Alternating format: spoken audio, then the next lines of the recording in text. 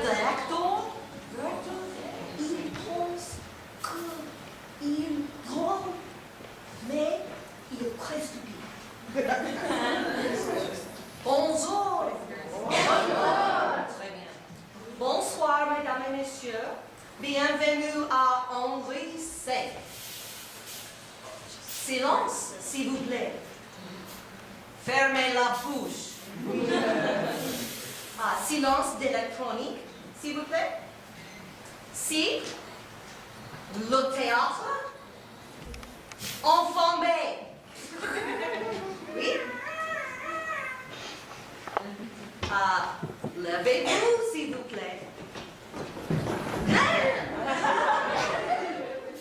Si enfant B.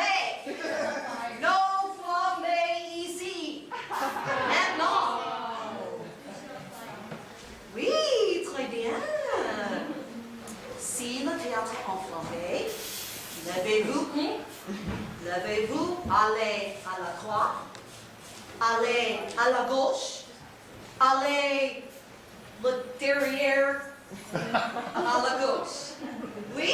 Oui. Très bien? All right, see you later.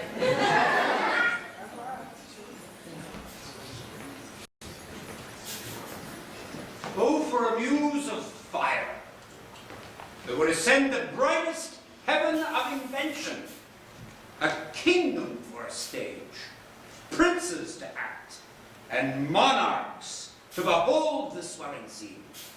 Then should the warlike Harry, like himself, assume the port of Mars, and at his heels, leashed in like hounds, should famine, sword, and fire crouch for employment.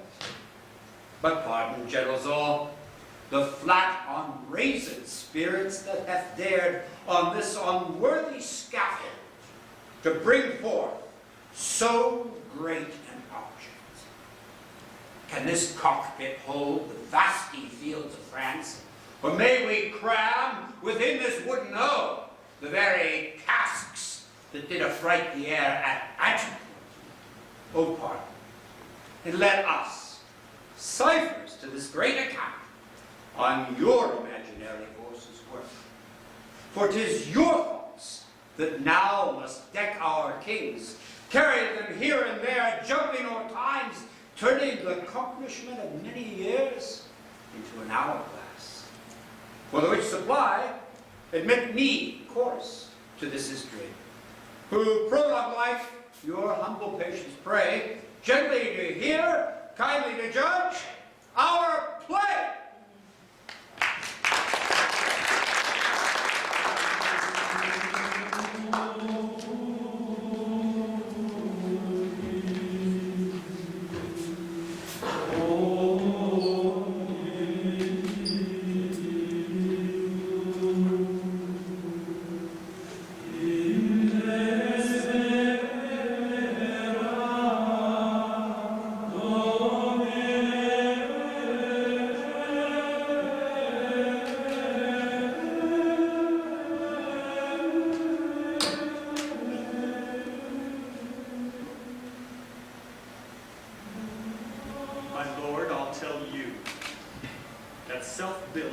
Which in the 11th year of the last king's reign was like to have passed against us.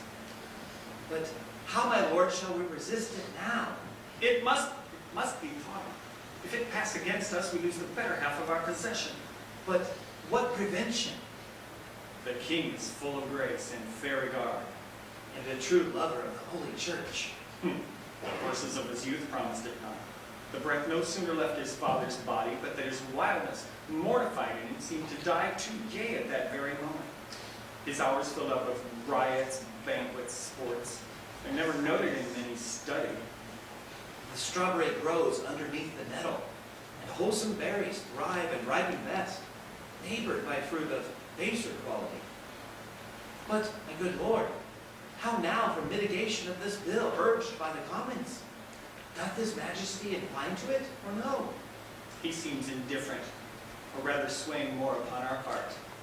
For I have made an offer to his majesty as touching France.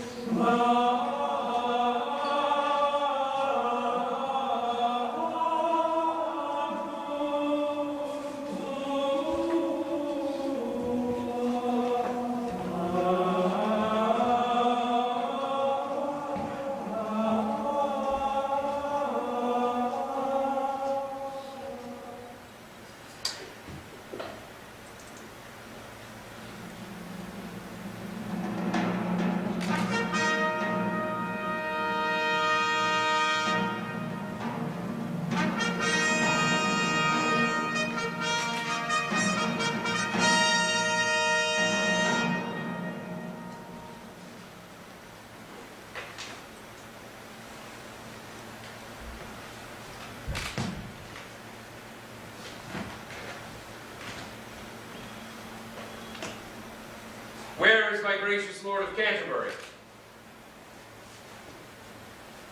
Not here in presence.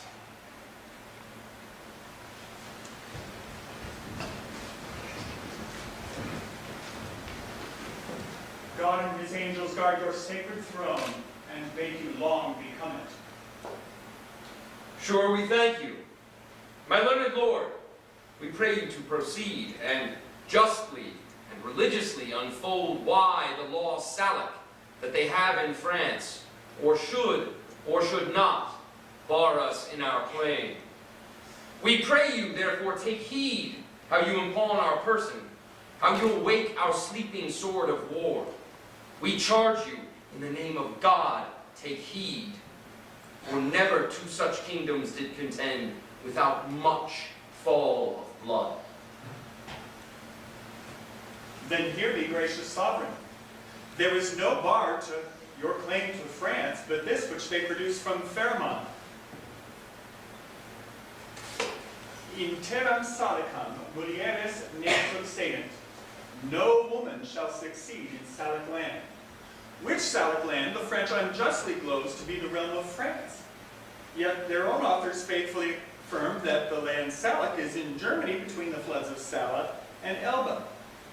Then doth it well appear that the Salic law was not devised for the realm of France, nor did the French possess the Salic law till 421 years after defunction of King Fairmont, idly supposed the founder of this law. King Pepin, which deposed Childeric, did, as their general, being descended of Blethilde, which was daughter to King Clotaire, make claim and title to the crown of France. Hugh Capet also, who usurped the crown of Charles, the Duke of Lorraine, sole heir male, and true line and stock of Charles the Great, could not rest quiet in his conscience, wearing the crown of France, till satisfied that fair Queen Isabel, his grandmother, was lineal of the Lady Ermengarda, daughter to Charles, the aforesaid Duke of Lorraine.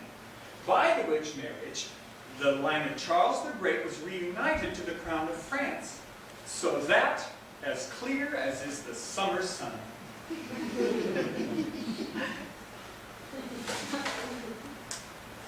King Louis, his satisfaction all appear to hold in right and title of the female. So did the kings of France until this day. Howbeit they would hold up this Salic law to bar your highness claiming from the female. May I, with right and conscience, make this claim? The sin upon my head, dread sovereign. Stand for your honor. Unwind your bloody flag.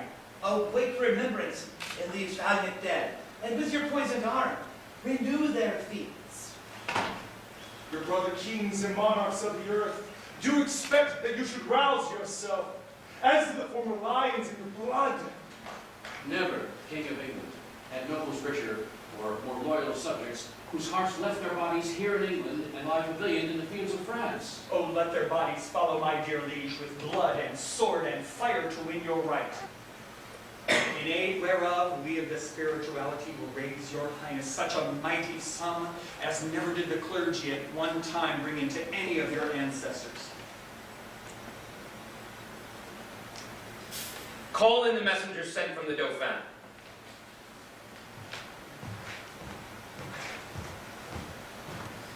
Now are we well resolved, and by God's help and yours, the noble sinews of our powers, France being ours, we'll bend it to our awe, or break it all to pieces.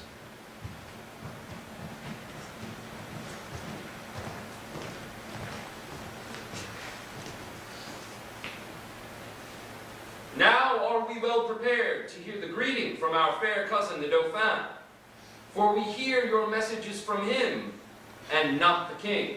May it please your majesty to give us leave freely to render what we have in charge, or shall we sparingly show you far off the Dauphin's meaning and our embassy? We are no tyrant, but a Christian king. Therefore, with frank and uncurbed plainness, tell us the Dauphin's mind. Thus then, few, Your Highness, lately sending into France, did claim some certain dukedoms in the right of your great predecessor, King Edward III, in answer of which claims the prince, our master, says that you savor too much of your youth. He therefore sends you, meeter for your spirit, this ton of treasure. And in lieu of this, desires you let the dukedoms that you claim hear no more of you. This the Dauphin speaks. What treasure, uncle? Tennis balls, my liege.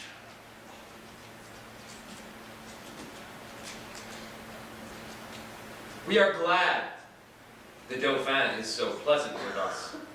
His present and your pains we thank you for.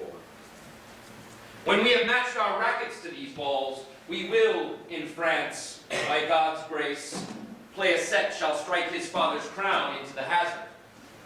We understand him well, how he comes o'er us with our wilder days, not measuring what use we made of them. Yet tell the Dauphin, I will keep my state, be like a king, and show my sail of greatness when I do rouse me in my throne of France. I will rise there with so full of glory that I will dazzle all the eyes in France, yea, strike the Dauphin blind to look on us.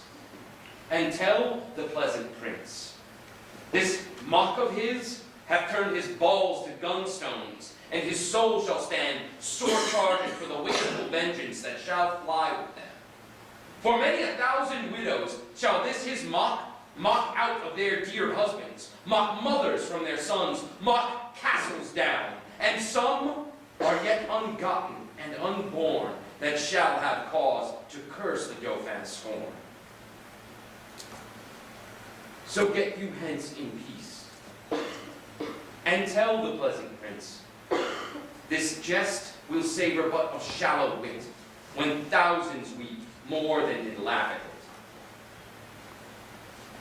Convey them with safe conduct. Fare you well.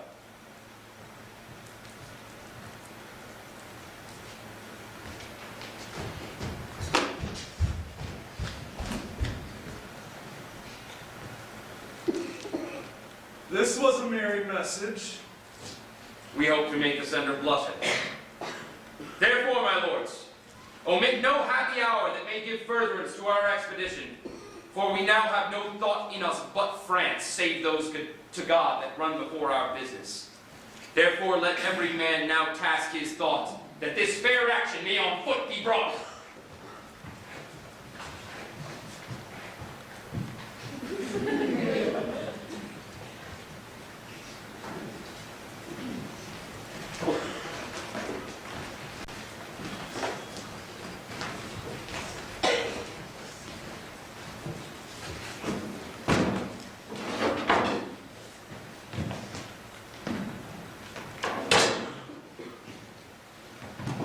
Now all the youth of England are on fire.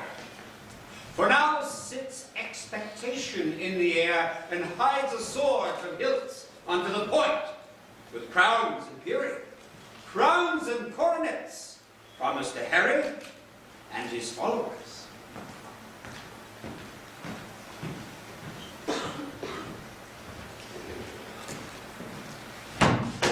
Well met, Corporal William. Good morning, Lieutenant Bardolph. What? Are you and I two pistol friends yet? For my part, I care not. I say little, but when time shall serve, there shall be smiles. That shall be as it may. I will bestow a breakfast upon you two to make you friends, and we'll all three be sworn brothers to France. But at least how good, Corporal William? I will do as I may. It is certain, Corporal, that he is married to Nell quickly, and certainly she did you wrong, for you were twice hoped of her. I cannot tell. Things must be as they may. Men may sleep, and they may have their throats about them at that time. Some say knives have edges. Must be as it may. No patience being tight in there yet. She plod. There must be conclusions. Well, I cannot tell. Here comes ancient wisdom and his right. Good corporal, be patient here. How now, mine host? Pistol? Base type calls thou me host? I swear by this hand I scorn the term, nor shall my knell keep lodgers. No, my troth, for we cannot lodge and board 12 or 14 gentlewomen who live honestly by the prick of their needles when we thought we kept a body house. Pistol. Good lieutenant, what good corporal? Offer nothing here. Pish! Pish for thee, Iceland dog! Good Corporal Nim, show thy valor, put up thy sword. Will you shut up? I will prick your guts a little, in good terms, as I may. That is the humor of it. Hear me, what I say. He that draws the first sword, I'll run him up to the hilt as I am a soldier. I'll cut thy throat one time or other in fair terms. That is the humor of it. My host, Pistol, you must come to my master. You, hostess, he is very sick and would be to bed. Good Bardolph, put thy face between his sheets and do the office of a warming pan. Away, you rogue! My faith, he is very ill. By my troth, the king has killed his heart. Good husband, come home presently. Come. Shall I make you two friends? We must do friends together. Why should we hook knives at one another's throats? You'd pay me the 8 shillings I want of your betting? Base is the slave who pays.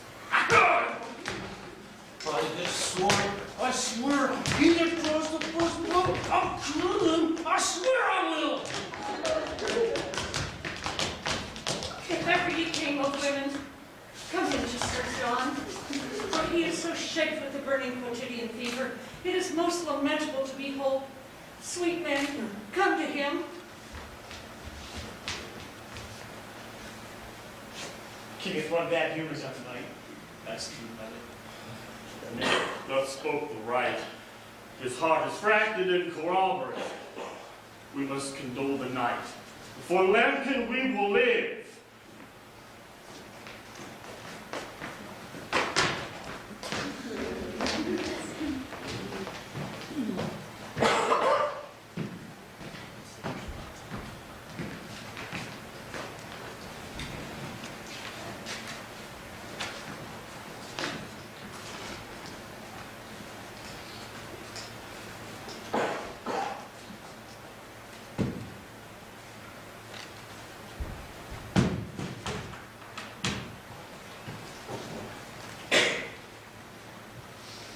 The French, advised by good intelligence of this most dreadful preparation, shaken their fear, and with pale policy seek to divert the English purposes.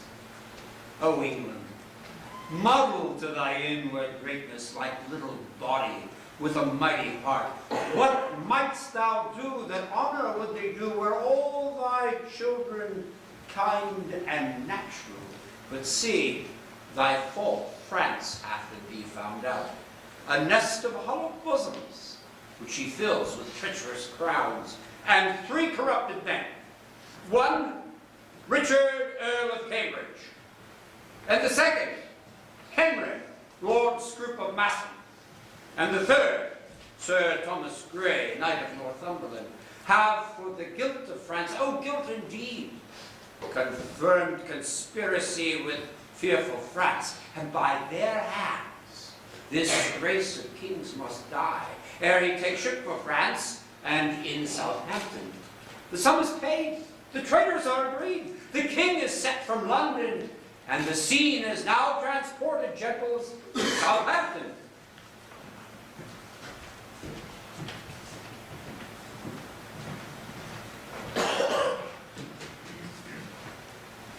before God, His grace be bold to trust such traitors. They shall be apprehended by and by. How smooth and even they bear themselves, as if allegiance in their bosoms sat, crowned with faith and constant loyalty. The king hath take note of all that they intend, by interception which they dream not of. Nay, the man that was his bedfellow, whom he hath dulled and cloyed with gracious favors, that he should for a foreign purse so sell his sovereign's life to death and treachery.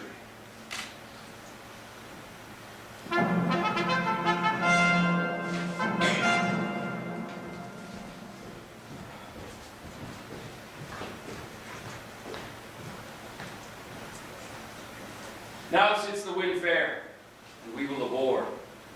My Lord of Cambridge, and my kind Lord of Massam, and you, gentle knight, give me your thoughts. Think you not the powers we bear with us will cut their passage through the force of France? No doubt, my liege, if each man do his best. I doubt not that. Never was monarch better feared and loved than is your majesty. True. We therefore have great cause of thankfulness. So service shall with steeled sinews toil, and refresh itself with hope, to do your grace incessant services. Uncle of Exeter, release the man committed yesterday that railed against our person. We consider it was excess of wine that set him on, and upon his more advice, we do pardon him. That's mercy, but too much security. Let him be punished, sovereign, lest example breed by his sufferings more of such a kind. Oh, let us yet be merciful. So may your highness, and yet punish too. Sir, you show great mercy if you give him life, after the taste of much correction. Alas, your too much love and care of me are heavy orisons against this poor wretch. If little faults, proceeding on distemper, shall not be winked at, how shall we stretch our eye when capital crimes, chewed, swallowed, and digested appear before us? We'll yet release that man, though Cambridge, Scroop, and Gray, in their dear care and tender preservation of our person, would have him punished. And now, to our French causes. Who are the late commissioners? I would, my lord. Your highness bade me ask for it today. So did you mean, my liege? And I, my royal sovereign. Then, Richard, Earl of Cambridge, there is yours. They're yours, Lord Scroop of Massam, and Sir Knight Grey of Northumberland, is same as yours. Read them, and know, I know your worthiness. My cousin Westmoreland and Uncle Exeter, we will aboard tonight. Why, how now, gentlemen? What see you in those papers that you lose so much complexion? I do confess my fault, and do submit me to your highness's mercy. To which we all appeal. That mercy that was quick in us but late, by your own counsel is now suppressed and killed. You must not dare for shame to talk of mercy. For your own reasons, turn into your bosoms as dogs upon their masters worrying you.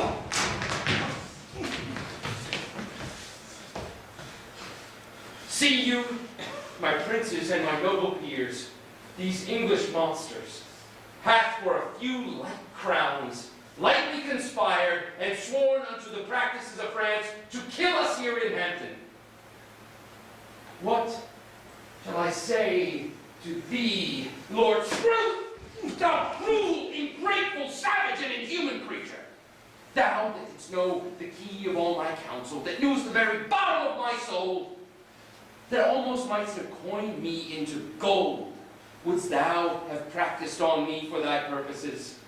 May it be possible that foreign hire could out of thee extract one spark of evil that might annoy my finger?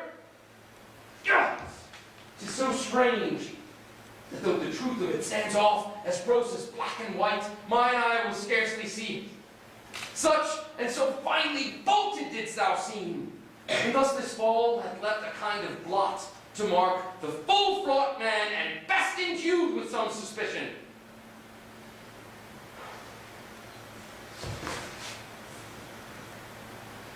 I will weep for thee. For this fall of thine, methinks, is like Another fall of man.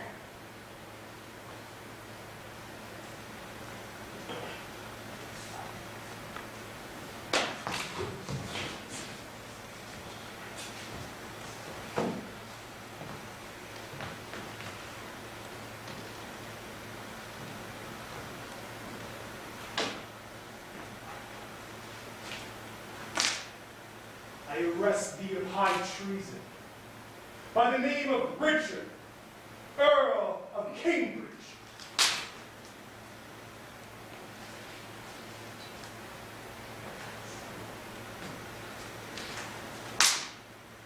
I arrest thee of high treason by the name of Henry, Lord Screw of Massa.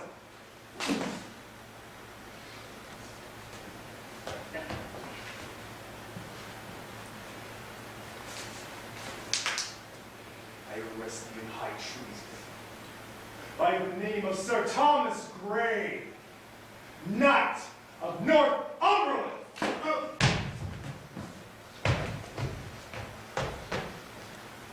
Get you therefore hence, poor miserable wretches, to your deaths, the taste whereof God of his mercy give you patience to endure, and true repentance for all your dear offenses. Bear them hence.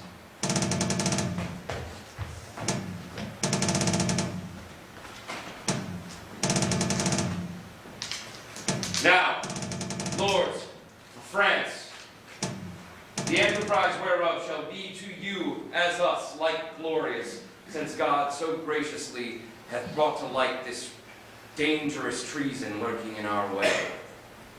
Cheerly, to see the signs of war advance, no King of England, if not King of France.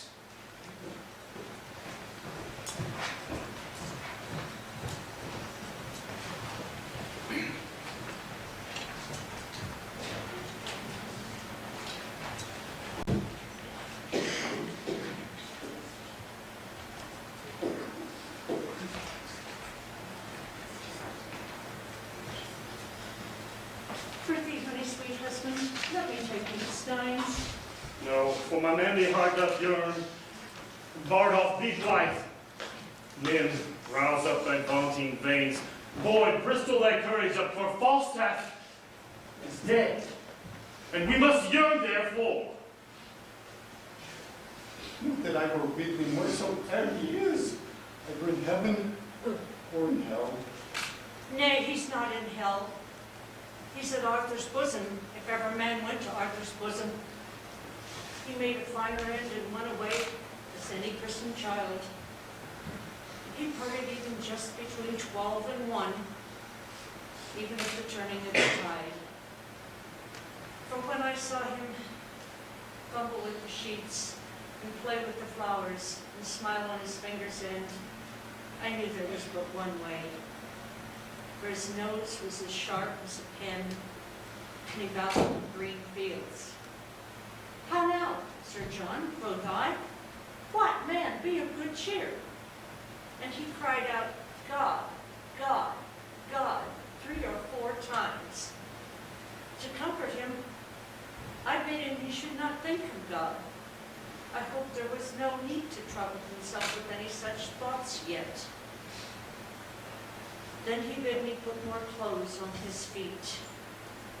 And I put my hand into the bed and felt his feet, and they were as cold as any stone.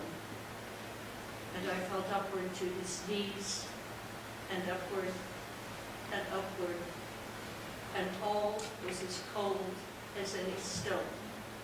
They say he cried out for sack. Aye, he did. And the women. No, he did not. Yes, that he did. And said they were the devils incarnate. Oh, he could never abide carnation. It was a color he didn't like. Said the devil would have him about women. Yes, he did, in some sort, handle women. But he was rheumatic and talked of the whore of Babylon. Do you not remember? He saw a flea stick upon Bardolph's nose and said it was a black soul burning in hell. Well, the fuel is gone that maintained that fire. It's all the riches I ever got in his service.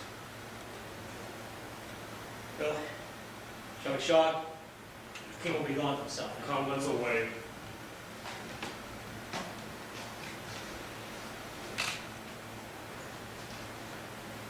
Farewell, hostess.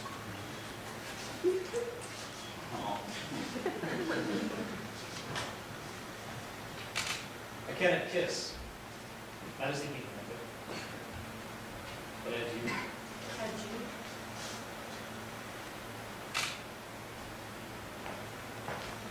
That's why we are here. Keep close.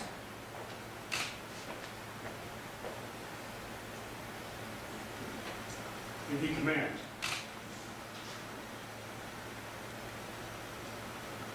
Farewell.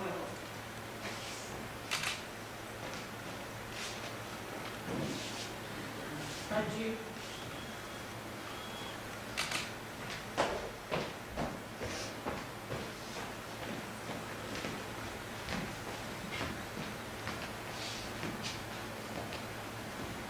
Follow. Follow. For who is he whose chin is but enriched with one appearing hair?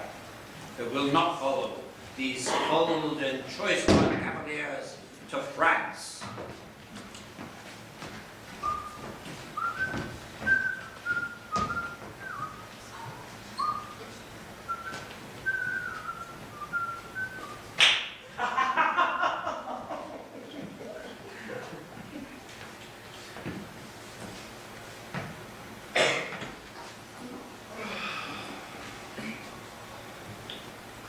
Thus come the English with full power upon us. More than carefully thus concerns to answer royally in our defenses. Therefore, my lord shall make forth, and you, Prince Dauphin, My most redoubted father, it is most meet we arm us against the foe. For peace itself should not so dull a kingdom. Preparation should be maintained, assembled, and collected, as were a war in expectation. Therefore I say, 'tis meet that we all go forth to view the sick and feeble parts of France. And let us do it with no show of fear. No, with no more than if we heard that England were busied itself with the wits and mortars stands. For my liege, she's so idly kinged by vain, giddy, shallow, humorous youth, that fear attends her not. Oh, peace, Prince Dauphin. You are too much mistaken in this king.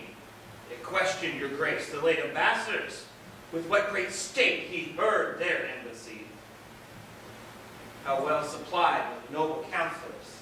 How modest in exception. And withal, how terrible in constant resolution. "'Tis not so, my lord high constable.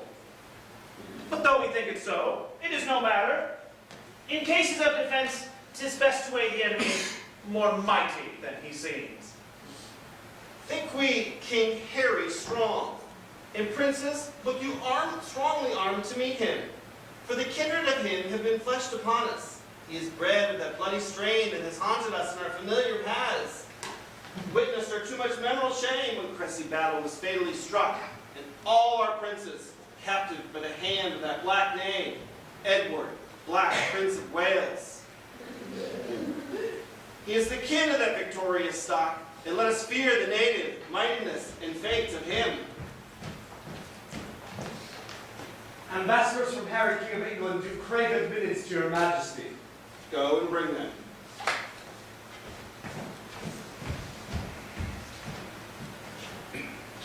You see, this chase is hot followed, friends. Good, my sovereign, take up the English shot, and let them know what a monarchy thou art the head.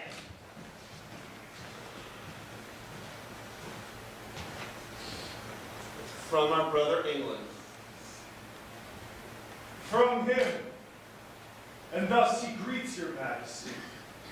He wills you in the name of God Almighty that you divest yourself and lay apart these borrowed glories that by gift of heaven, by law, of nature and of nation belongs to him and his heirs, namely the crown. Willing you overlook this pedigree, and when you find him evenly derived from his most famed of famous ancestors, Edward III, he bids you then resign your crown and kingdom indirectly held from him, the native and true challenger. Or else what follows? Bloody constraint. For even if you hide the crown in your hearts, there will he rank for it. Therefore, in fierce tempest is he coming, in thunder and in earthquake, like a Jove, that if requiring fell, he will compel. That is his claim, his threat, and my message. Unless the dolphin be in presence, to whom expressly I bring greeting to. For the Duke man, here I stand.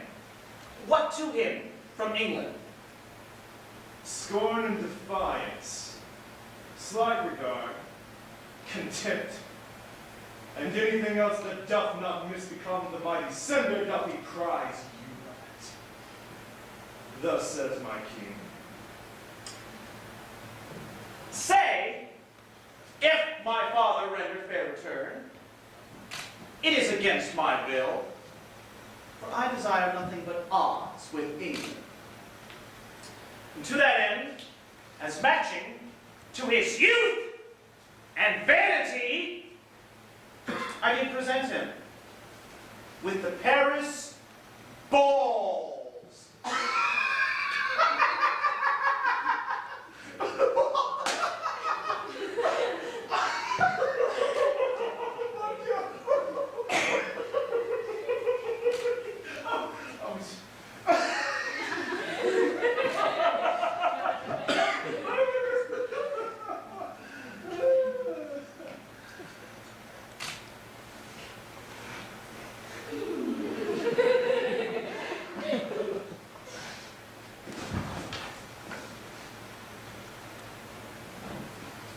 He'll make your Paris move, shake for it.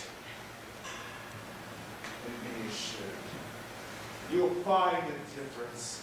We, his subjects, have in wonder found between the promise of his greener days and these he masters now. Tomorrow, you shall know our mind at full.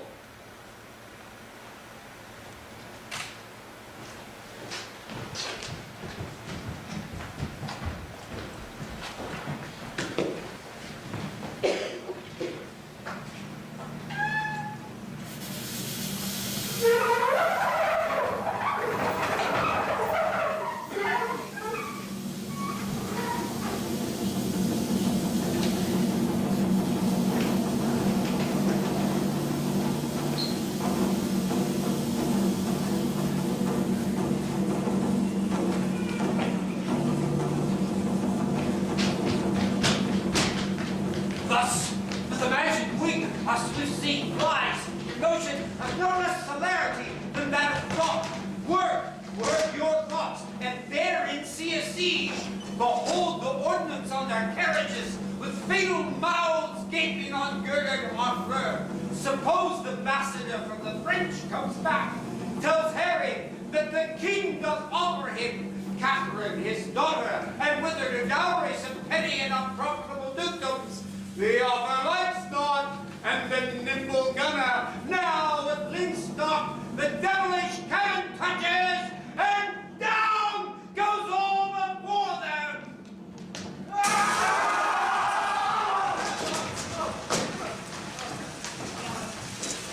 Once more into the breach, dear friends, once more, or close up the walls, our England's dead. In peace, there's nothing so becomes a man as modest stillness and humility. But when the blast of war blows in our ears, then imitate the action of the tiger.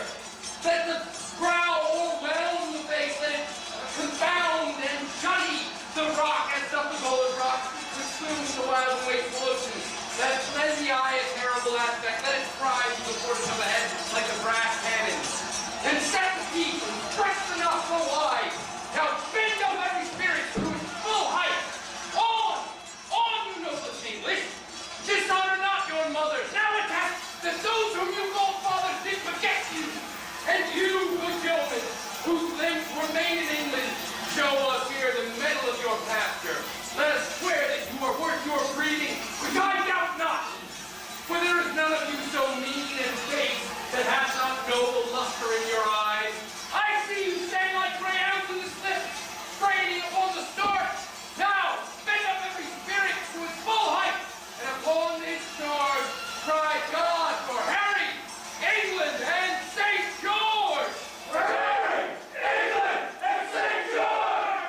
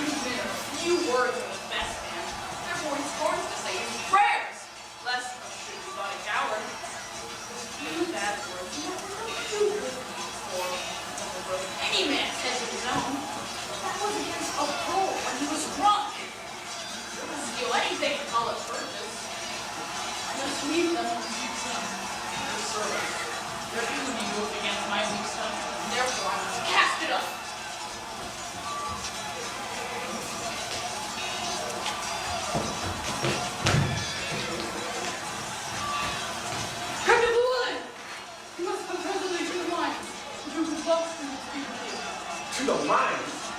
Tell you the truth, it is not good to go to mines. The mines is not going to be something of the war. Why, Jesus, I think it will blow up all if there's not better direction.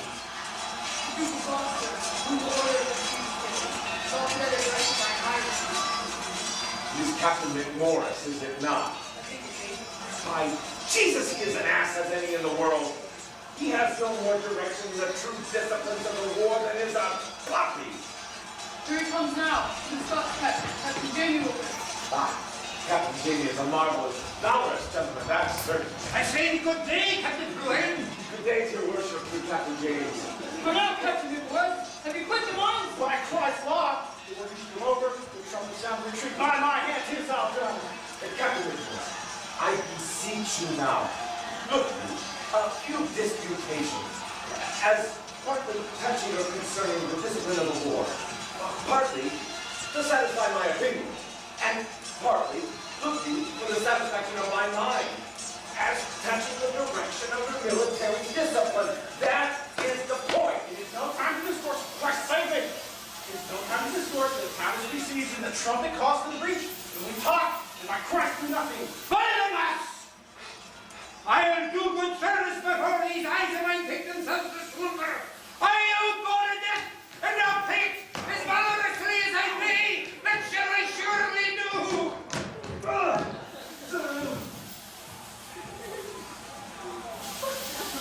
Captain Nicholas, I think, look you, under your correction, there is not many of your nation. What is my nation? Who talks of my nation as a villain and a bastard and a rascal and a knave? Look you, if you take the matter otherwise than is meant, Captain McMorris, peradventure, I shall think you do not use me with that affability which in discretion you ought to use me. Look you, be as good a man as yourself. I do not know you so good man as myself, so Christ save now. Come, come! Okay.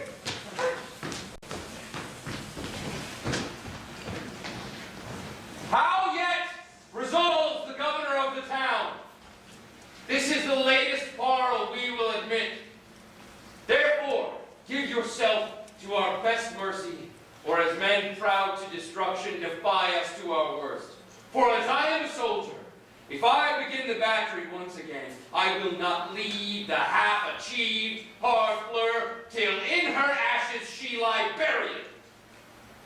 Therefore, you men of Harfleur, take pity of your town and of your people, whilst yet the cool and temperate winds of grace o'erblow the filthy and contagious clouds of heady, spoil, murder, and villainy. If not, why then in a moment look to see the blind and bloody soldier with foul hands defile the locks of your shrill shrieking daughters, your fathers taken by the silver beards with their most reverend heads dashed to the walls, your naked infants spitted upon pikes, whilst yet the mad mothers with the howls confused do break the clouds. What say you? Will you yield and this avoid, or guilty in defense be thus destroyed?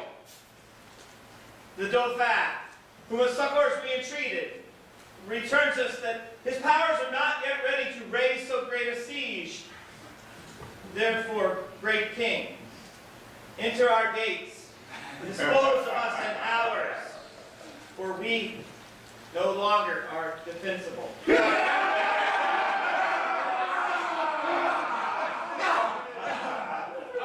Come, Uncle Exeter. Go you and enter Harfleur. Fortify it strongly against the French. Use mercy to them all. For us, Uncle, the winter coming on and sickness growing upon our soldiers, we will retire to Calais. Tonight, in Harfleur, we will be your guest. Tomorrow, for the march, are we addressed.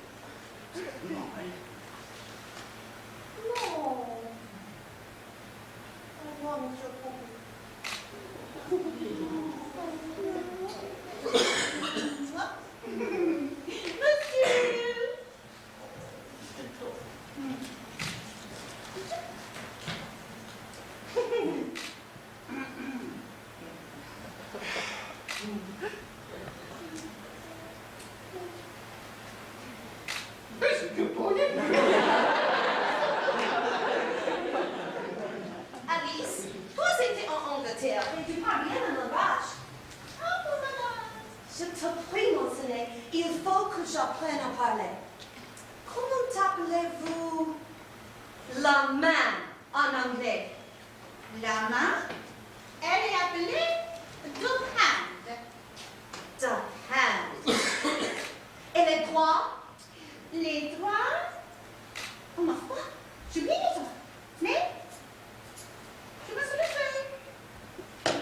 Les doigts, oui, les doigts. Je pense qu'ils sont appelés the fingers. Oui, the fingers.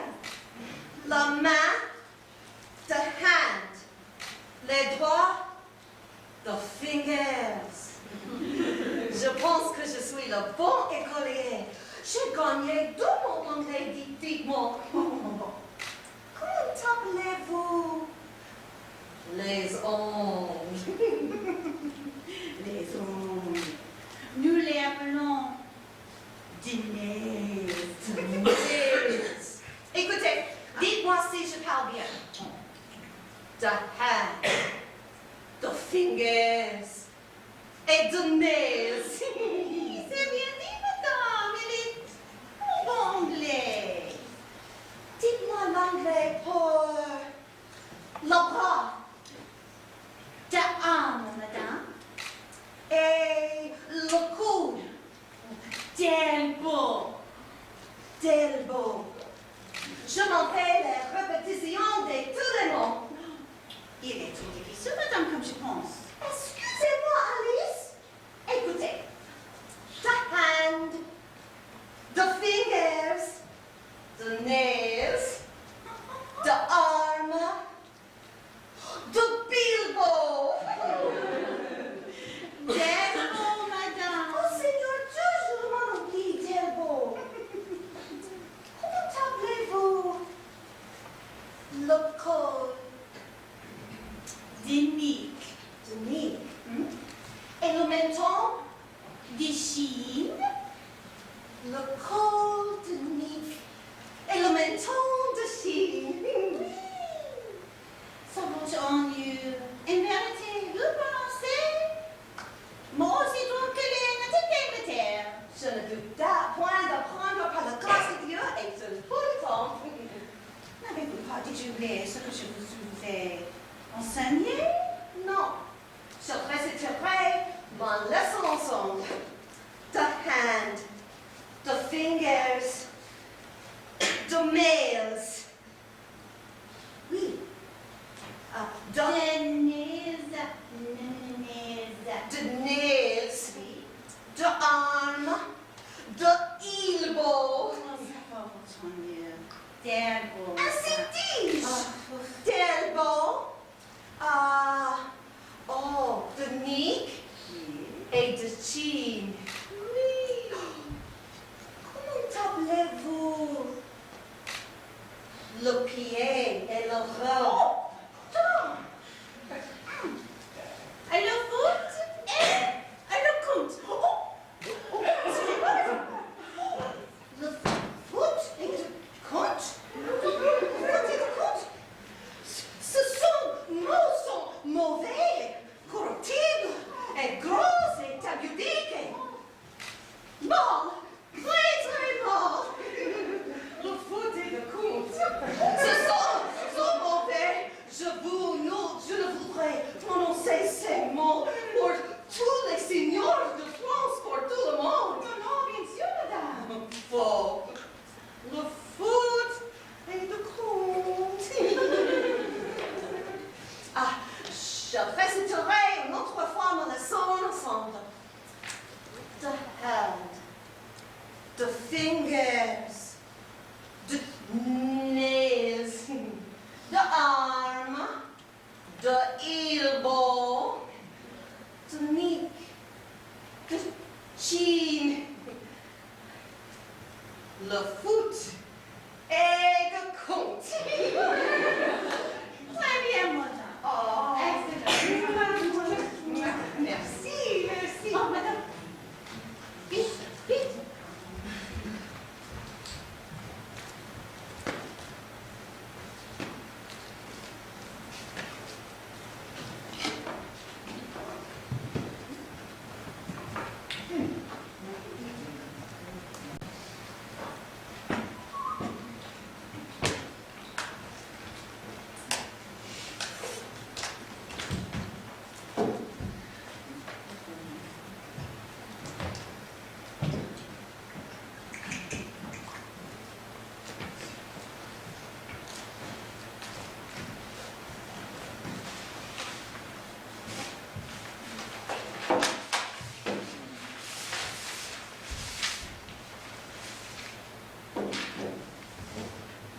"'Tis certain he has passed the river Somme, and if he be not fought withal, my lord." Normans, but bastard Normans. Norman bastards, where have they this metal? Is not their climate foggy, raw, and dull? By faith and honor, our madams mock at us. Plainly say our metal is bred out. And they will give their bodies up to the lusts of English youth, To new store of France, with bastard warriors. Where is Montjoy the herald? Speed you hence, let you greet England with a sharp defiance. Up, princess, and with the spirit of honor edge more sharper than your swords, hie to the field. Bar harry England that sweeps through our land. Go down upon him, you have power enough, and in a captive chariot into Rouen, bring him our prisoner. This becomes the great. Sorry his numbers are so few, his soldiers sick and famished in their march. For I'm sure, when they shall see our army, they will drop his heart into the sink of fear, and for achievement offer us his ransom. Therefore, Lord Constable, haste on Mountjoy. Let him say to England that we send what willing ransom he will give. Prince Dauphin, you will remain with us in Rouen.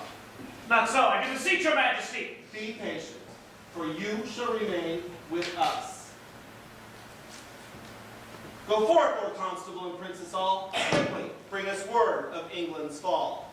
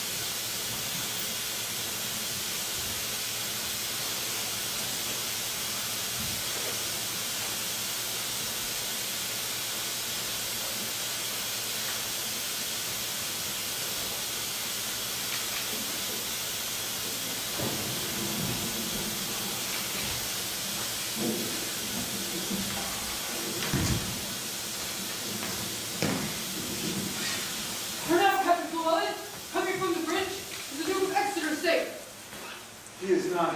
And God be praised and blessed any hurt in the world. He keeps the bridge most valiantly with excellent discipline. What do you call him? He's called Ancient Pistol. I know him not. I beseech thee to do me favors. The Duke of Exeter doth love thee well. I praise God, and I have merited some love at his hands.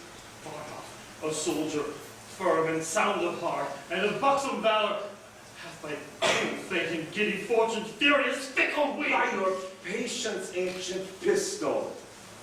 Fortune is an excellent moral.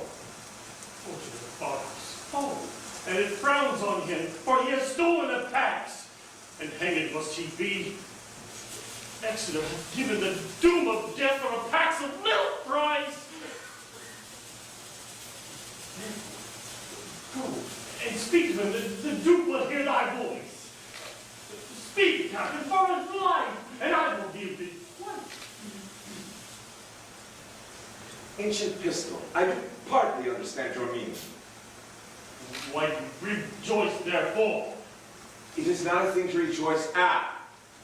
For if, look you, he were my brother, I would desire the Duke to use his good pleasure to put him to execution, for discipline ought to be used. Die and be damned! Fight on our rations!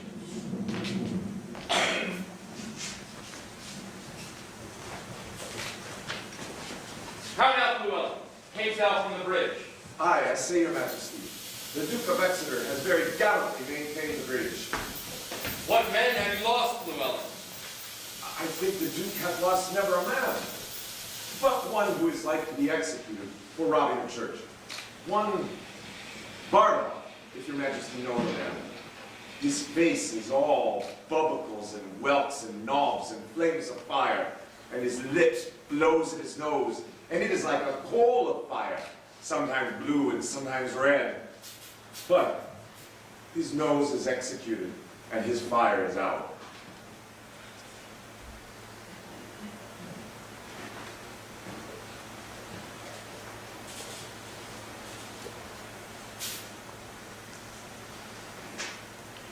No! No, Barlow, no!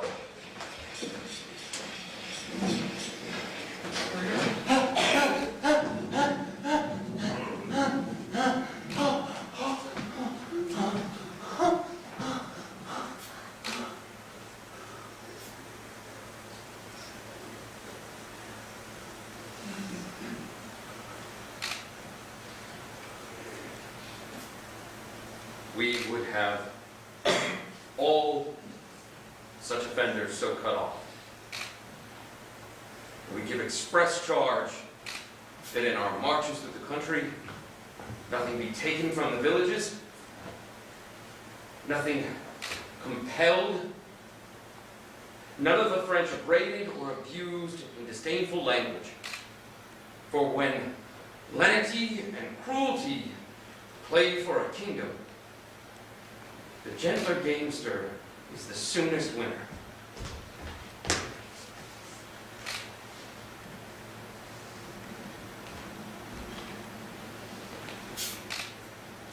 Thus says my king, say thou to Harry of England, though we seemed dead, we did but sleep. Vantage is a better soldier than rashness. Tell him we could have rebuked him at Harfleur, but we thought it not good to bruise an injury till it were full ripe.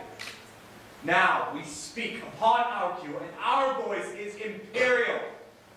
England shall repent his folly, see his weakness, and admire our sufferance. Bid him, therefore, consider of his ransom, which must proportion the losses we have borne, the subjects we have lost, the disgrace we have digested, which in rate to re-answer his pettiness would bow under. To this add defiance, and tell him, for conclusion, he hath betrayed his followers, whose condemnation is pronounced. So much, my king and master, so far my office.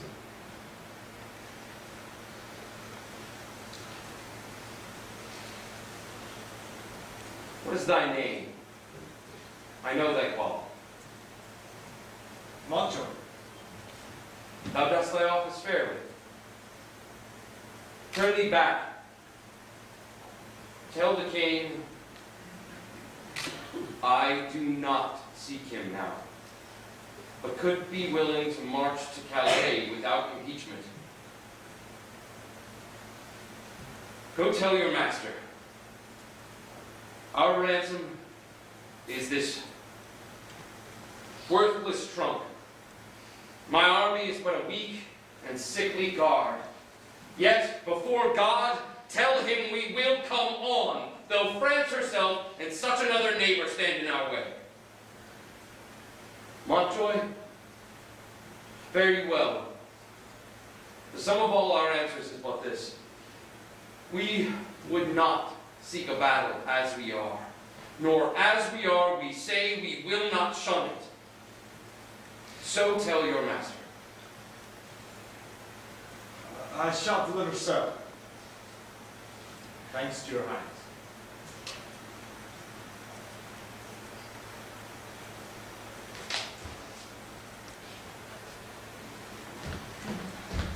I hope they will not come upon us now. We are in God's hand, brother, not in theirs. March to the bridge. It now draws toward night.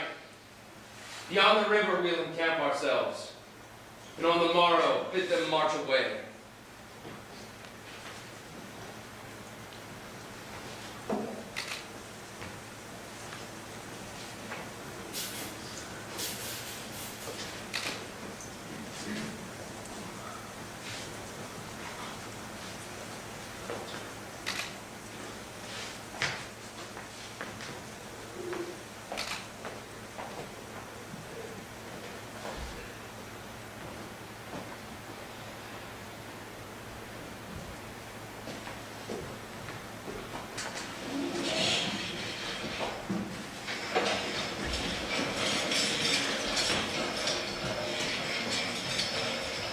Now entertain conjecture of a time when creeping murmur and the pouring dark fills the wide vessel of the universe. From camp to camp, through the foul womb of night, the hum of either army stilly sounds, that the thick sentinels almost receive the secret whispers of each other's watch. Fire answers fire, and through their paly flames, each battle sees the other's umbered face. Steed threatens steed in high and boastful neighs, piercing the night's dull ear. And from the tents, the armors accomplishing the knights with busy hammers, closing rivets up, give dreadful note of preparation. Proud of their numbers, and secure in soul, the confident and over-lusty French do the low-rated English play at dice, and chide the crippled, tardy-gated knight, who like a foul and ugly witch doth limp so tediously away.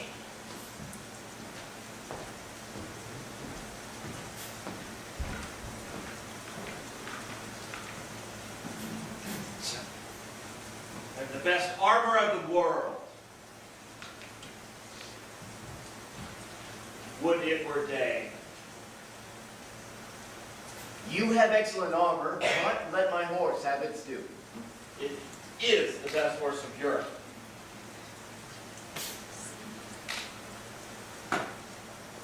Will it never be morning? My lord, my lord, high constable! Talk you of horse and armor? You are as well provided of both as any prince in the world. I would not give my horse up for any but that treads upon four hooves. When I'm astride him, I soar. I am a hawk. He trots the air. He is the color of a nutmeg. And of the heat of the ginger. He's pure air, fire. Dull elements, earth and water, never appear in him, but only patient stillness, while his rider mounts him. Indeed, my lord, it is the most absolute and excellent horse. I once wrote a sonnet in his favor, and it began thus. Wonder of nature. I have heard a sonnet begin so to one's mistress. Then did they imitate that which I composed to my courser? For my horse is my mistress. Your mistress bears well? My lord constable, the armor that I saw on your tent, were those stars or suns upon it? Stars, Montjoy. Some of them will fall tomorrow, I hope. Yet my sky shall not want. Will it never be day? I shall trot a mile tomorrow and pave the way with English faces. I will not say so. for fear I should be faced out of my way. 'Tis midnight. I'll go warm myself.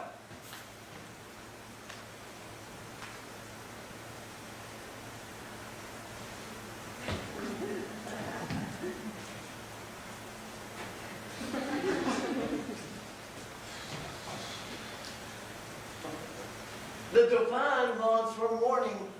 He longs to eat the English. I think he will eat all he kills. Never did any harm that I heard of. Nor do none tomorrow. Would it were day.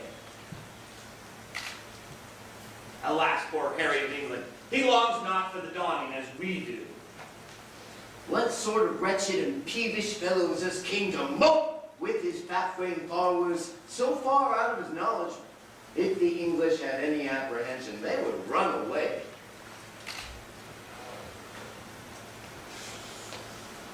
That island of England with its very valiant creatures.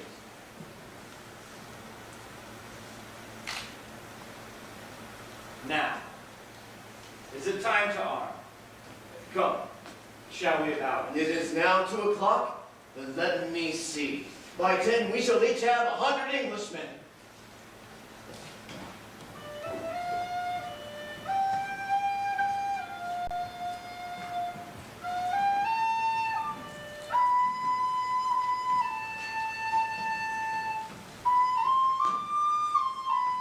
Poor, condemned English, like sacrifices by their watchful fires, sit patiently and inly ruminate the morning's danger, and their gestures sad, investing lank, lean cheeks and war-worn coats, presenteth them unto the gazing moon so many horrid ghosts.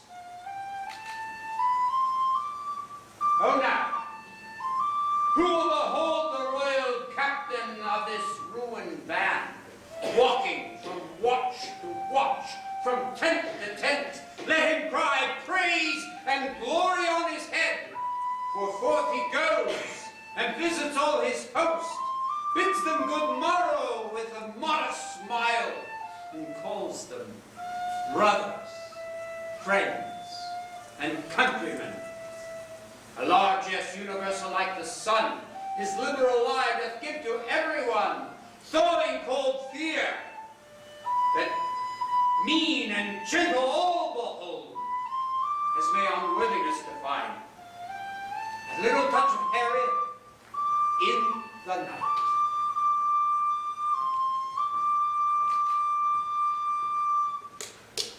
Good morrow, old Sir Thomas Erpingham.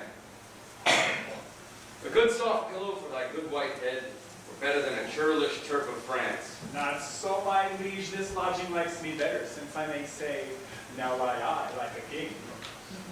Lend me that cloak, Sir Thomas.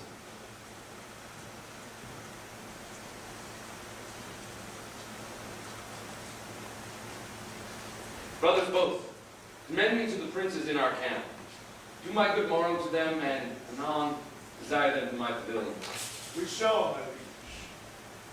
Shall I accompany your highness? Oh, good old knight. Go with my brothers to my lords of England. I and my bosom must abate a while, then I would no other company. The Lord in heaven bless thee, noble Harry. Thou speakest cheerfully. God have mercy, old heart.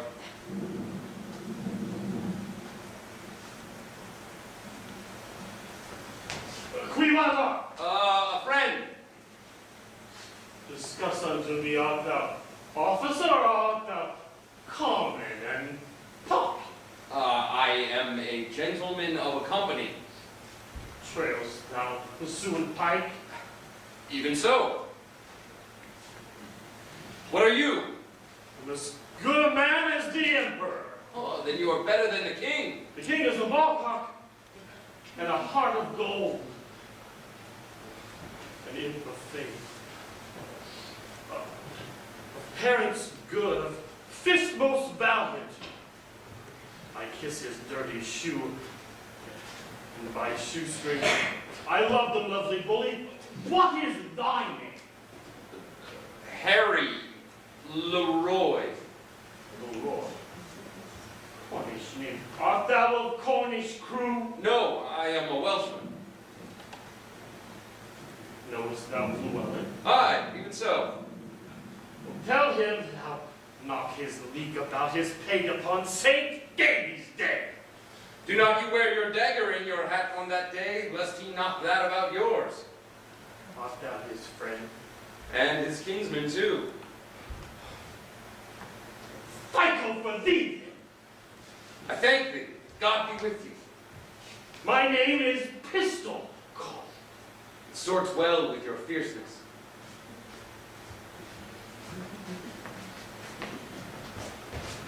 Captain Llewellyn! In the name of Jesus Christ, speak lower. If you would take the pains but to examine the wars of Pompey the Great, you would find, I warrant you, there is no tibble-tabble or bibble-babble in Pompey's camp. When the enemy is loud, you hear him all night. If the enemy is an ass and a fool and a breaking coxcomb, is it meet, think you, that we should also look you, be an ass and a fool and a breaking coxcomb? In your own conscience now. I will speak, Lord. I pray and beseech you that you will. Though it may seem a little out of favor, there is more care and valor than one would expect in this Welshman.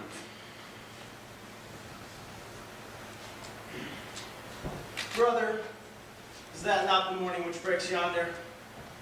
I think it be. We have no great cause to desire the approach of day. We see yonder the beginning of the day, but I'm afraid we shall not see the end of it. Who goes there? A friend. Under what captain serve you? Under Sir Thomas Erpingham. A good old commander and most kind gentleman. I pray you, what thinks he of our estates?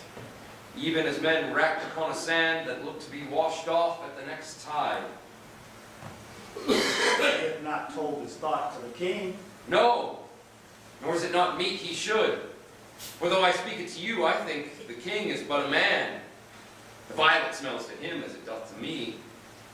His ceremonies laid by, in his nakedness the king is but a man.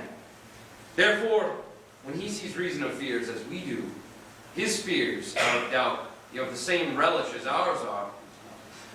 I believe as cold a night as 'tis, he could wish himself in Thames up to the neck. And so I would he were, and I by him. And all adventures, so we were quit here. I think he would not wish himself anywhere but where he is. I would he were here alone. Methinks I could not die anywhere so contented as in the king's company, his cause being just and his quarrel honorable. That's more than we know. Aye, or more than we should seek. For we know enough, if we know we are the king's subjects. If his cause be wrong, our obedience to the king wipes the crime of it of us. But if the cause be not good, the king himself have a heavy reckoning to make when all those legs and arms and heads chopped off in battle all gather together at the latter day and cry, "Oh, we died at such a place." Some swearing, some crying for a surgeon, some upon their wives left poor behind them, some upon the debts they owe, and some upon their children rawly left. I am afeard there are few die well that die in a battle, for how can they charitably dispose of anything when blood is their argument? Now, if these men do not die well, it will be a black matter for the king that led them to it. So, if a son that is sent by his father about merchandise do sinfully miscarry on the sea, the imputation of his wickedness by your rule should be imposed upon the father? But this is not so. The king is not bound to answer the particular endings of his subjects, nor the father of his son, nor the master of the servant, for they purpose not their death when they purpose their services. Besides, there is no king, be his cause never so spotless, can try it out with all unspotted soldiers. Every subject's duty is the king's, but every subject's soul is his own. 'Tis certain, any man that dies ill, the ill upon his head. The king is not to answer it. But I don't desire he should answer for me, yet I determined to fight lustily for him. I myself heard the king say he would not be ransomed. He said so to make us fight cheerfully for him, but when our throats are cut, he may be ransomed and we nay the wiser. If I ever live to see it, I will never trust him after. You pay him then, you'll never trust his word after. Come, 'tis a foolish saying. Your reproof is something too round. I should be angry with you if the time were more convenient. Then let it be a quarrel between us, if you live. I embrace it. How shall I know thee again? Give me any gage of thine. Then, if ever thou darest acknowledge it, I will answer it. Here is my glove. Give me another of thine. Be friends, you English fools, be friends! We have French quarrel enough!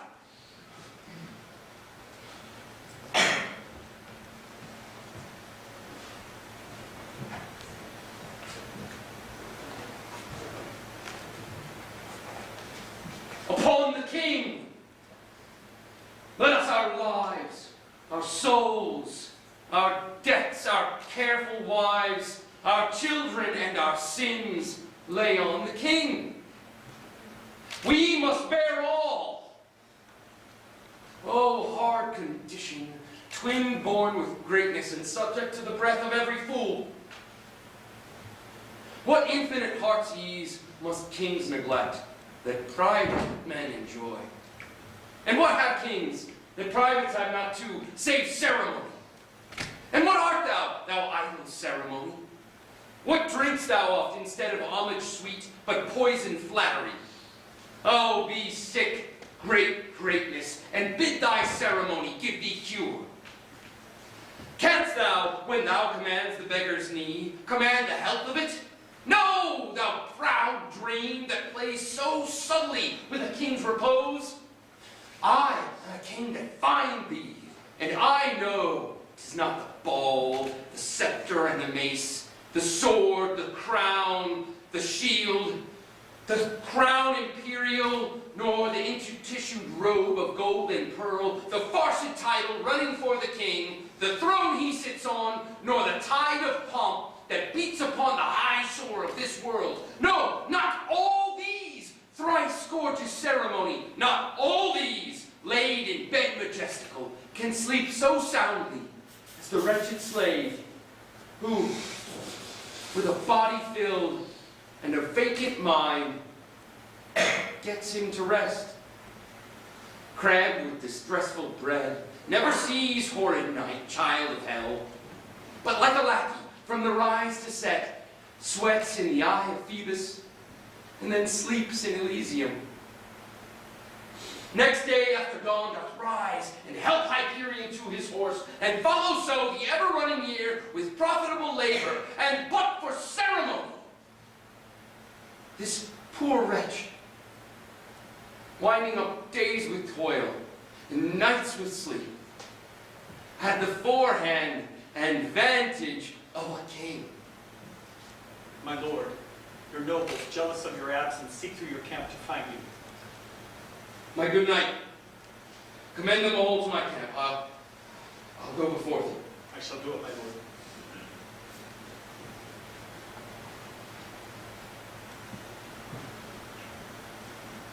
O God of battles, steel my soldier's heart, possess them not with fear. Take from them their sense of reckoning, ere the opposite numbers pluck their hearts from them. Not today, O Lord, oh, not today! Think not upon the fault my father made encompassing the crown.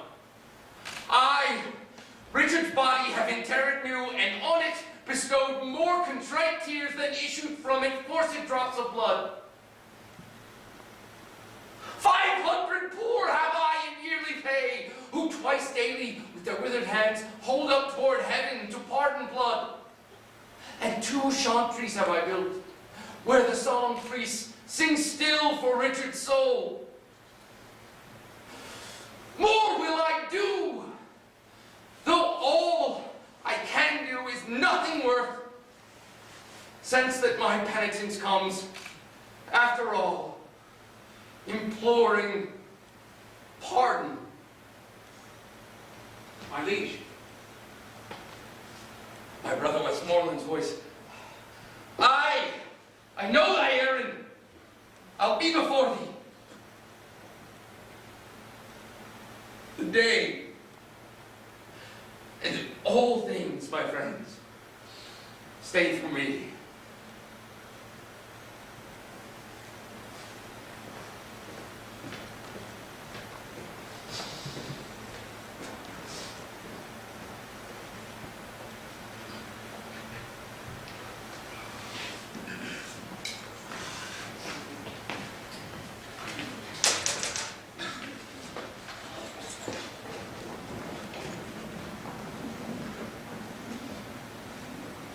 Hark, how our steeds for present service neigh. Mount them, and make incision in their hides. Their hot blood may spray in English eyes. Do but behold your poor and starved veins, and your fair show shall suck away their souls, leaving them with the shells and husks of men. Not work enough here for all our hands. Why do you stay so long, my lords of France? Yon island carrions, desperate of their bones, ill-favoredly become the morning field. They have said their prayers, and they stay for death. A very little let us do. And all is done. Then let the trumpet sound its tucket sonnets, and the note come out. For our approach shall so much dare the field, that England shall couch down in fear and yield.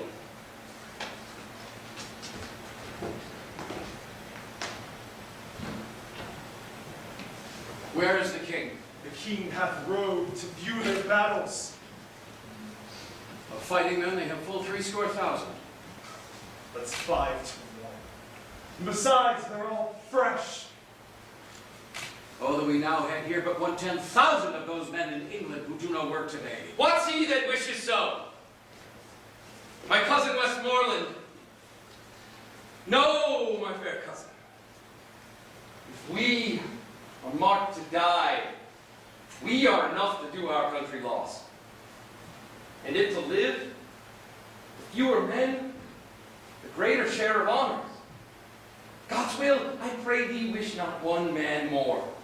Rather proclaim it, Westmoreland, through my host, that he which hath no stomach to this fight, let him depart. His passport shall be made, and crowns for convoy put into his purse. We would not die in that man's company that fears his fellowship to die with us. Today is called the Feast of Crispian. He that sees this day, comes safe home, will yearly on the vigil stand a tiptoe and rouse him at the name of Crispian. He that lives this day and sees old age will yearly on the vigil feast his neighbors and say, tomorrow is St. Crispian's Day. Then will he strip his sleeve and show his scars and say, these wounds I had on Crispian's Day. Old men forget, yet all shall be forgotten. But he'll remember with advantages what feats he did that day.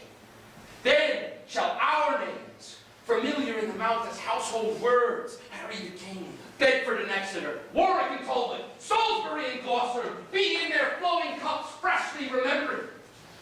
This story shall the good man teach his son, and Crispian shall ne'er go by from this day to the ending of the world, but we in it shall be remembered.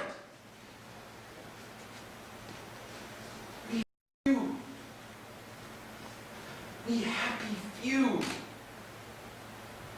we band of brothers, For he today that sheds his blood with me shall be my brother. Be he ne'er so vile, this day shall gentle his condition. And gentlemen in England now abed shall think themselves accursed they were not here, and hold their manhoods cheap, whiles any speak that fought with us upon St. Crispin's Day! Lord, bestow yourself with speed.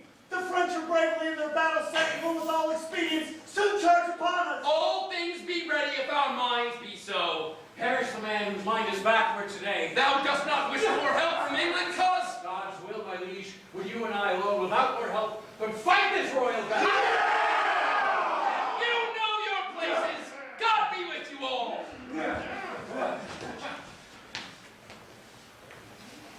Once more I come to know of thee, King Harry.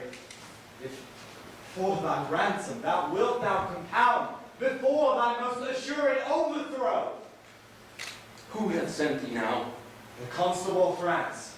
I pray thee, bear my former answer back. Bid them achieve me and sell my bones. Oh God, why should they mock poor fellows thus? Let me speak proudly. Tell the constable we are but warriors for the working day. Our gayness and our guilt are all besmirched with rainy marching in the painful fields, yet by the mass our hearts are in the trim. Yeah. Come thou no more, gentle herald. Save thou thy labor, for they shall have none but these my joints. If they have, as I will leave them, shall yield them little. Go tell the constable. I shall, King Harry. And so fare thee well. Thou never shalt hear Harold any more.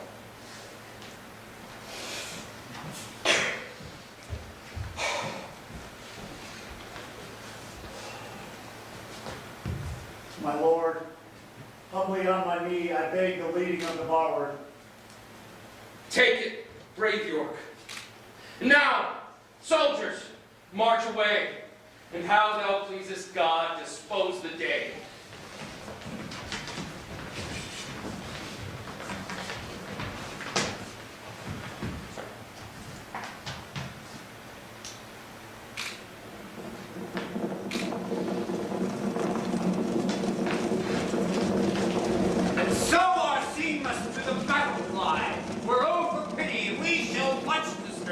With 4 or 5 most violent, ragged foils, right ill disposed and raw ridiculous, the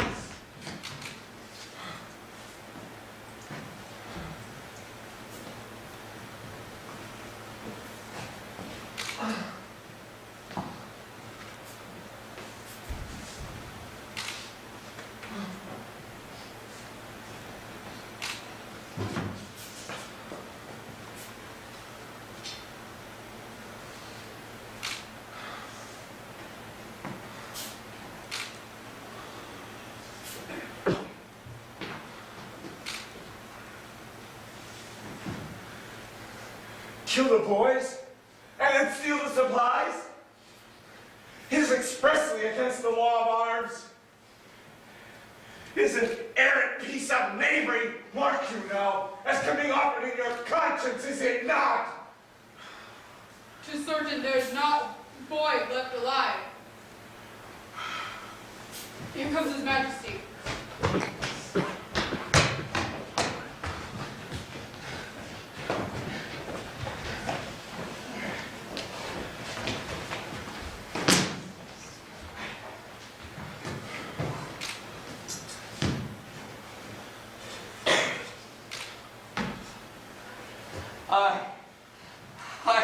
I was not angry since I came to France until this instant.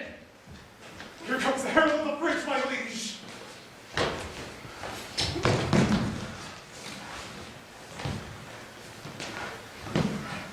How now, herald? What means this? Comes thou again for ransom? No, great king. I come to thee for charitable license, that we may wander o'er this bloody field to book our dead and then bury them. To swords our nobles from our common men, for many of our princes in the wild lie drowned and soaked in mercenary blood. Oh, great king, give us leave to view the field in safety and dispose of their dead bodies. I tell thee truly, herald, I know not if the day be ours or no. The day is yours.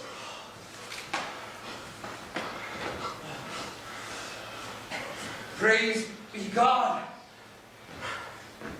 and not our strength for it. What is the castle called that stands hard by? They call it Agincourt. They call we this the field of Agincourt. Fought on this day of Crispianus.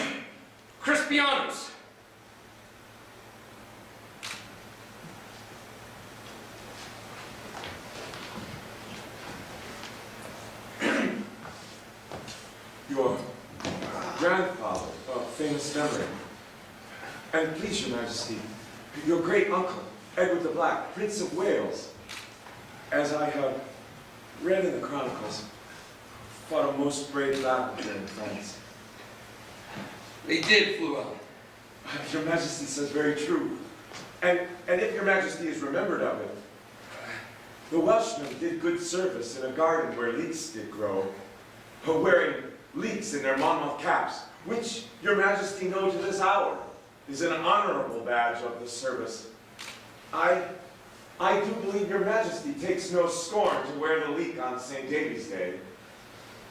I do wear it for a memorable honor, for I'm Welsh, as you know, my good countrymen.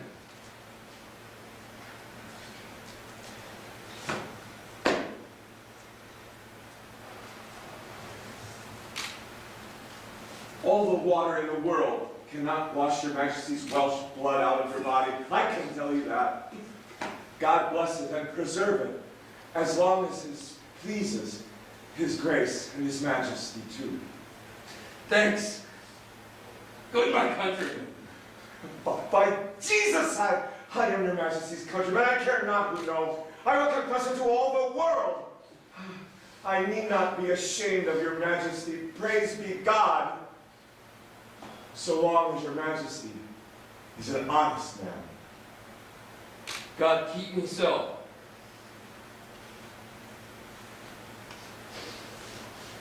Fortune played the housewife with me now. News that I have that my Nell is dead. Old I do wax, and from my weary limbs honor is cudgeled. For ball I'll turn, to cut purse with quick hand, to England I will steal, and there I'll Now, herald, are the dead number?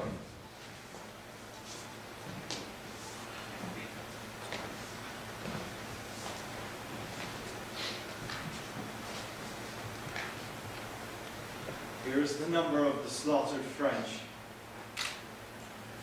What prisoners of good sort are taken on? Charles, Duke of Orleans, nephew to the king. John, Duke of Bourbon, and Lord Boucicault, of lords and barons, and knights and squires. Full 1,500 besides common men. This note doth tell me of 10,000 French that in the field lie slain. Of princes in this number, 126. Of all other knights, gallants, esquires, and other gentlemen, 8,400. Of the which 500 were but yesterday dubbed knights. Here is a royal fellowship of death. Where is the number of our English dead?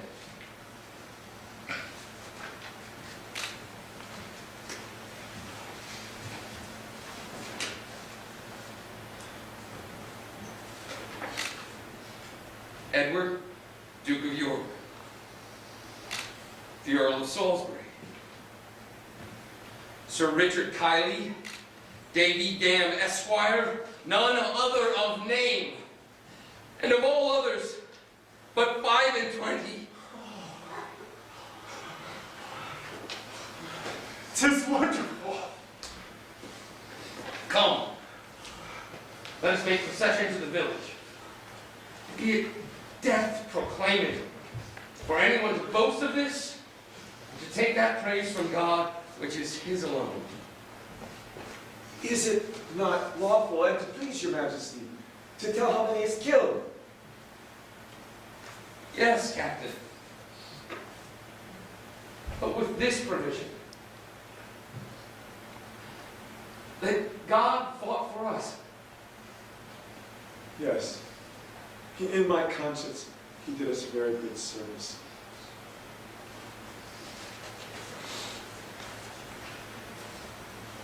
Do we all holy rites? Let there be sung non nobis in Te Deum. The dead with charity enclosed in clay. And then to Calais. And to England then, where never from France came more happy men.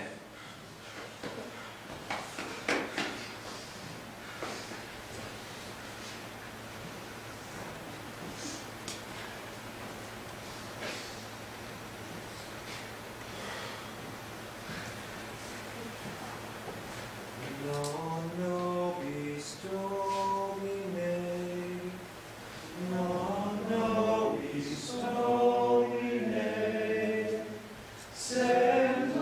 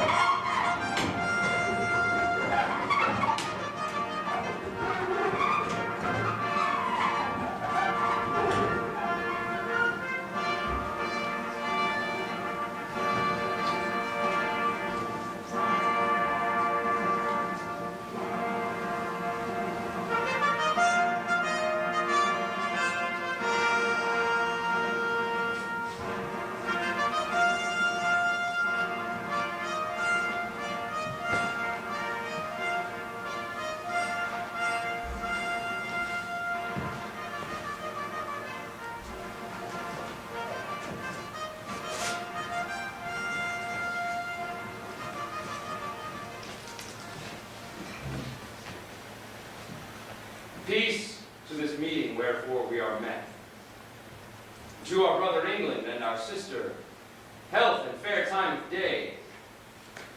Joy and good wishes to our fair cousin Catherine.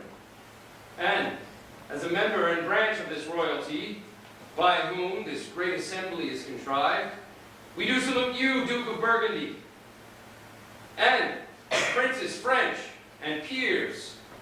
Health to you all. Right joyous are we to behold your face, most worthy brother England, fairly met. And so are you, Princess English, everyone.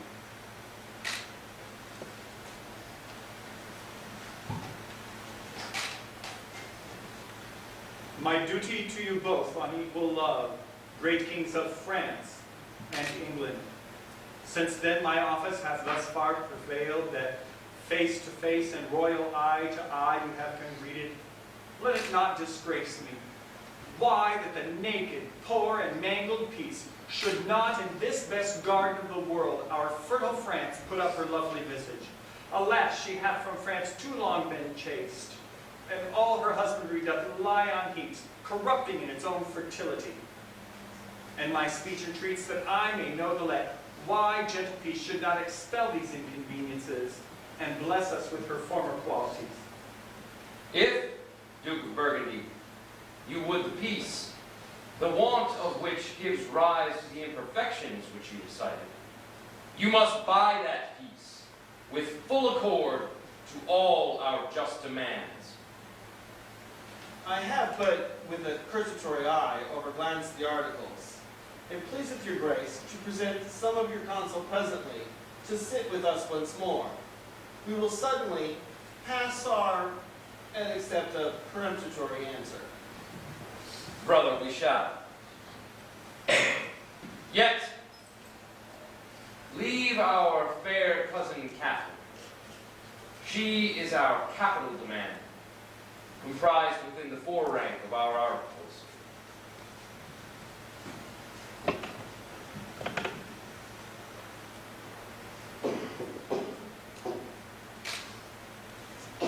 She hath good leave.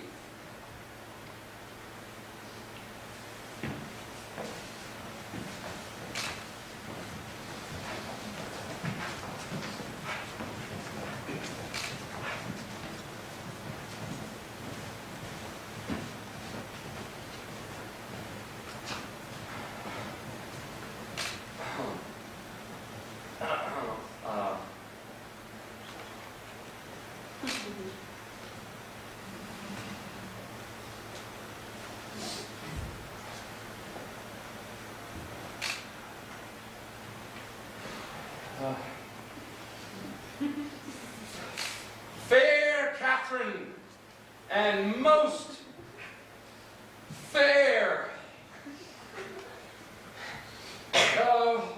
wilt thou teach a soldier terms that will enter at a lady's ear and plead his love suit to her gentle heart? Your Majesty shall mock at me. I cannot speak your England. Oh, fair Catherine, if you will love me soundly with your French heart, I shall be glad to hear you confess it brokenly with your English tongue. Dost thou like me, Kate? Pardonnez-moi. I cannot tell what is like me. Oh, an angel is like you, Kate, and you are like an angel.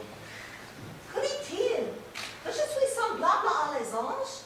Oui, vraiment, c'est notre grâce, ainsi dit-il. Oh mon Dieu. The langues des hommes sont pleines de tromperies. What says she, fair one, that the tongues of men are full of deceit? Oui. The tongues of a man before deceit. That is the princess. In faith, Kate, my wooing is fit for thy understanding. I know no ways to mix it in love, other than to say, I love you. And then if you urge me further than to say, do you in faith, I wear out my suit. Give me your answer, in faith do, and so clap hands and a bargain. What say you, lady? Sauf votre honneur, me understand well. Mary Kate, if you were to put me to verses or to dance for your sake, why, you undid me. Ah, if I could win a lady at leapfrog, or by bolting into my saddle with my armor on my back, I should quickly leap into a wife. I could lay on like a butcher and sit on jackanapes, never off, yet for God, Kate, I cannot speak greenly, nor gasp out my eloquence, nor have I no cunning in protestation. If thou wouldst have a fellow of this temper, that never looks in his glass for anything, for love of anything he sees there, then let thine eye be thy cook. If thou canst love such a one, then take me. If not, then to say to thee that I shall die is true. But for thy love, by the Lord, no. Yet I do love you. If thou canst love such a one, take me. Take me, take a soldier. Take a soldier, take a king. And what sayest thou then to my love? Speak, my fair, and fairly, I pray thee. Is it possible that I should love the enemy of France? No, Kate. It is not possible that you should love the enemy of France. But in loving me, you should love a friend of France. For I love France so well that I will not part with a village of it. I will have it all mine. So, when France is mine, and I am yours, then yours is France, and you are mine. I cannot tell what is that. No, Kate? Well, then I shall tell thee in French, which I'm sure will hang about my tongue like a newly married wife about her husband's neck, hardly to be shook off. Oh.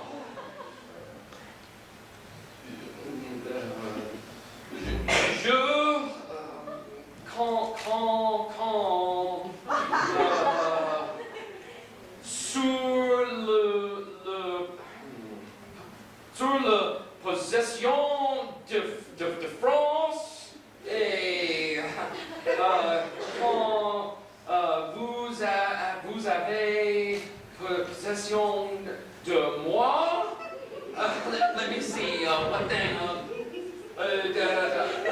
donc, votre et France et vous êtes mienne. Kate, it's easy for me to conquer the kingdom as it is to speak so much French. You shall never move me in French unless it be to laugh at me. Sauf votre honneur, le français que vous parlez, il est meilleur l'anglais que je parle. No, Kate, it is not. But tell me, dost thou understand thus much English? Canst thou love me? I cannot tell. Can any of your neighbors tell? Kate, I'll ask them. By mine honor, and in true English, I love thee.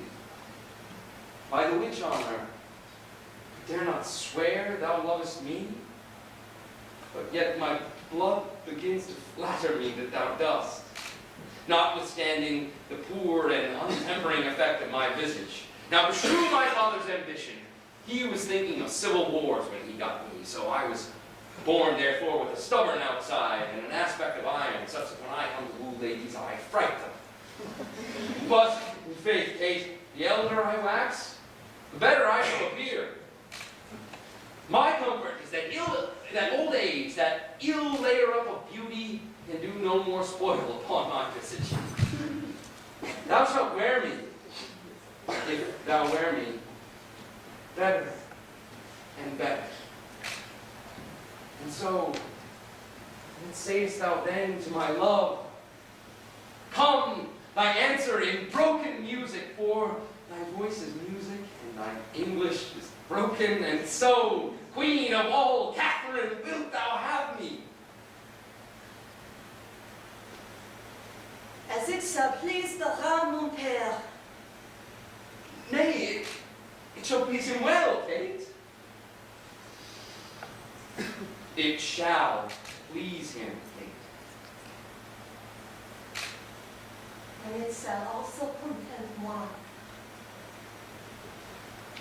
Then, with that, I kiss your hand and call you my queen. Laissez, monseigneur, laissez! Ma foi, je ne voudrais apaiser votre grandeur en baisant la main de notre Seigneur.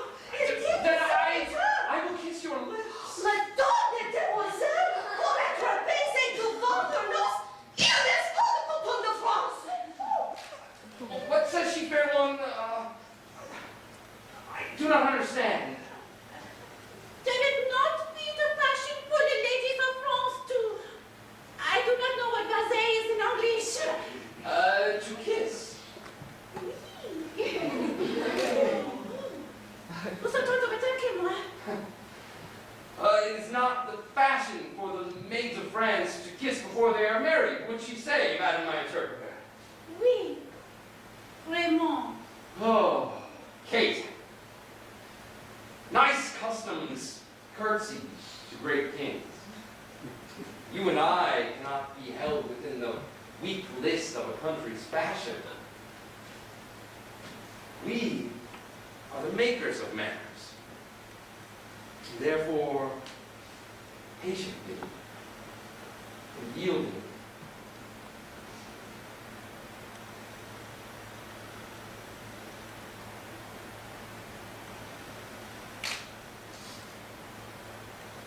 You have witchcraft in your lips, Kate. There is more eloquence in a sugar touch of them than in the tongues of the French council.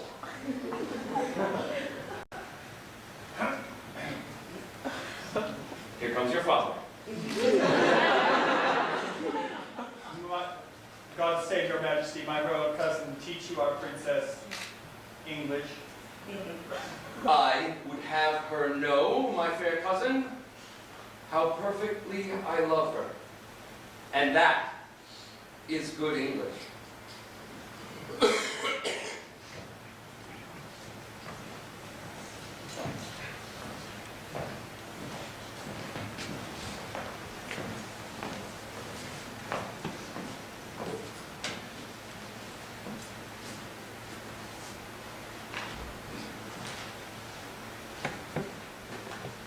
We have consented to all the terms of reason.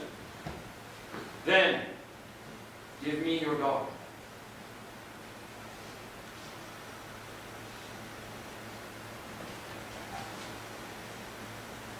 Take her, fair son, and with her blood rise up issue to me, that the contending kingdoms of England and France, whose very shores look pale with envy of each other's happiness, may cease the hatred, and that this dear conjunction plant neighborhood and Christian-like accord in their sweet bosoms, that never shall war advance its bleeding sword twixt England and fair France.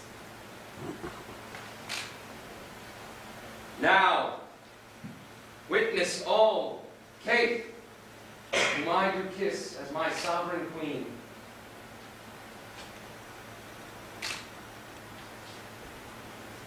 God, best maker of all marriages, combine your hearts in one, your realms in one, so that man and woman, being two, are one in love, so too may be your kingdoms. Have such a spousal that never may ill office or fell jealousy which troubles off the bed of blessed marriage come twixt the paction of these two kingdoms and make divorce of their incorporate league, so that English may as French, French Englishmen receive each other, God speak this amen.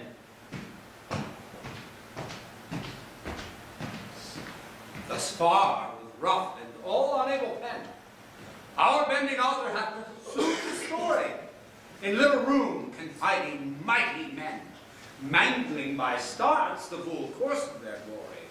Small time, but in that small most greatly lived this Star of England.